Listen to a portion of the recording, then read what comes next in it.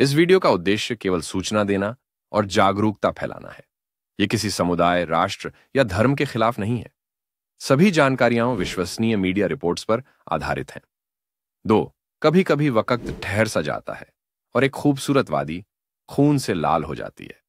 22 अप्रैल 2025 जम्मू कश्मीर के पहलगाम की वो दोपहर, जब सैकड़ों सैलानी सिर्फ सुकून की तलाश में थे, लेकिन मिला उन्हें मातम। आज की इस कहानी में हम जानेंगे उस दिन क्या हुआ, क्यों हुआ और अब आगे क्या होगा। एक शांत सुबह, एक खूबसूरत जगह, कश्मीर की वादियों में बसा पहलगाम हमेशा से पर्यटकों की पहली पसंद रहा है। 22 अप्रैल की सुबह भी कुछ अलग नहीं थी। बायसारण के घास के मैदानों में सैलानी घोड़े की सवारी कर रहे थे, कुछ अपने परिवार के साथ फोटो ले रहे थे और कुछ तो स्थानीय व्यंजनों का स्वाद ले रहे थे। किसी को नहीं पता था कि यह शांति कुछ ही देर में बर्बादी में बदलने वाली है। अचानक गूंजे गोलियों के धमाके। दोपहर के करीब 1:10 बजे, जब बायसारण घाटी की ओर कुछ पर्यटक निकल ही रहे थे, पास के जंगलों से गोलियों की आवाजें गूंजने लगी। पहले तो लोगों को लगा ये शायद कोई आर्मी एक्सरसाइज है, लेकिन अगले ही पल चीखें सुनाई देने लगीं। 3 से 4 आतंकवादी पहाड़ियों से नीचे उतर आए थे। उनके पास AK-47 और हैंड ग्रेनेड्स थे। उन्होंने अंधाधुंध फायरिंग शुरू कर दी। महिलाएं, बच्चे, बूढ़े, कोई भी नहीं बख्शा गया। मौत का मंजर, 26 की मौत, 17 घायल। इस हमले में 26 मासूम लोगों की जान चली गई और 17 लोग गंभीर रूप से घायल हो गए।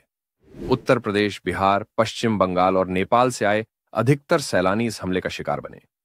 एक चश्मदीद ने बताया, हमने देखा कि एक आतंकवादी एक परिवार को घसीट कर ले गया और कहा, मोदी को बोल देना, हम लौट आए हैं।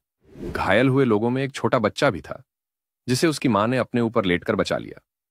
इस हमले की जिम्मेदारी कश्मीर रेजिस्टेंस नामक एक संगठन ने ली है, लेकिन सुरक्षा एजेंसियों को शक है कि इसके पीछे लश्कर-ए-तैयबा और हिजबुल मुजाहिदीन का हाथ है।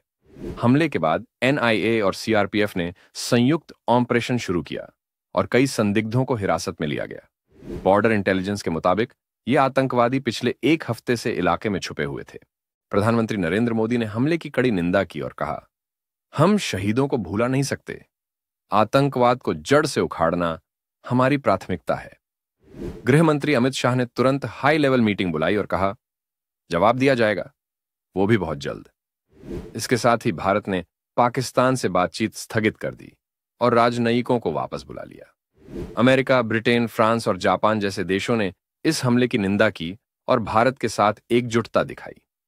UN के महासचिव ने कहा कि ऐसे हमलों की कोई जगह नहीं होनी चाहिए और अंतर्राष्ट्रीय कार्रवाई की बात कही। भारत अब आतंकवाद के मुद्दे को G20 और UN मंचों पर मजबूती से उठाने जा रहा है। इस हमले के बाद हजारों पर्यटकों ने अपनी बुकिंग रद्द कर दी है। एयरलाइनों ने घाटी से बाहर निकलने के लिए अतिरिक्त फ्लाइट्स चलाईं। स्थानीय गाइड, होटल मालिक और हस्तशिल्प विक्रेता गहरे संकट में हैं। पिछले 2 साल से फिर से टूरिज्म लौट रहा था, अब सब कुछ फिर खत्म हो गया, एक दुकानदार ने कहा। बिहार से आए इंजीनियर बिटन अधिकारी, जो अमेरिका में काम कर रहे थे, अपनी पत्नी और बेटे के साथ आए थे, लेकिन वो अब इस दुनिया में नहीं है। एक युवती जो अपनी मां के साथ पहलगाम घूमने आई थी, अब ICU में भर्ती है। हमें नहीं पता था कि ये छुट्टियां आखिरी साबित होंगी, उन्होंने रुआंसे स्वर में कहा। अब सबसे बड़ा सवाल यह है, क्या कश्मीर फिर से सुरक्षित हो सकता है? क्या सरकार स्थायी समाधान पर काम करेगी या सिर्फ कड़ी निंदा और जवाबी कार्रवाई तक सीमित रहेगी? लोगों को जवाब चाहिए, परिवारों को इंसाफ चाहिए। भारत को अब आतंकवाद के खिलाफ निर्णायक कदम उठाने होंगे। कभी कभी एक घटना लाखों सवाल छोड़ जाती है। आज का सवाल यही है, क्या शांति की तलाश में निकला एक सैलानी वाकई सुरक्षित है? इस वीडियो के जरिए हम उन सभी मासूम लोगों को श्रद्धांजलि देते हैं जिन्होंने इस हमले में जान गंवाई। अगर आप भी इस जघन्य घटना से आहत हैं, तो इस वीडियो को शेयर करें और मैं लिखे जय हिंद, जय भारत आवाज उठाएं इंसाफ के लिए।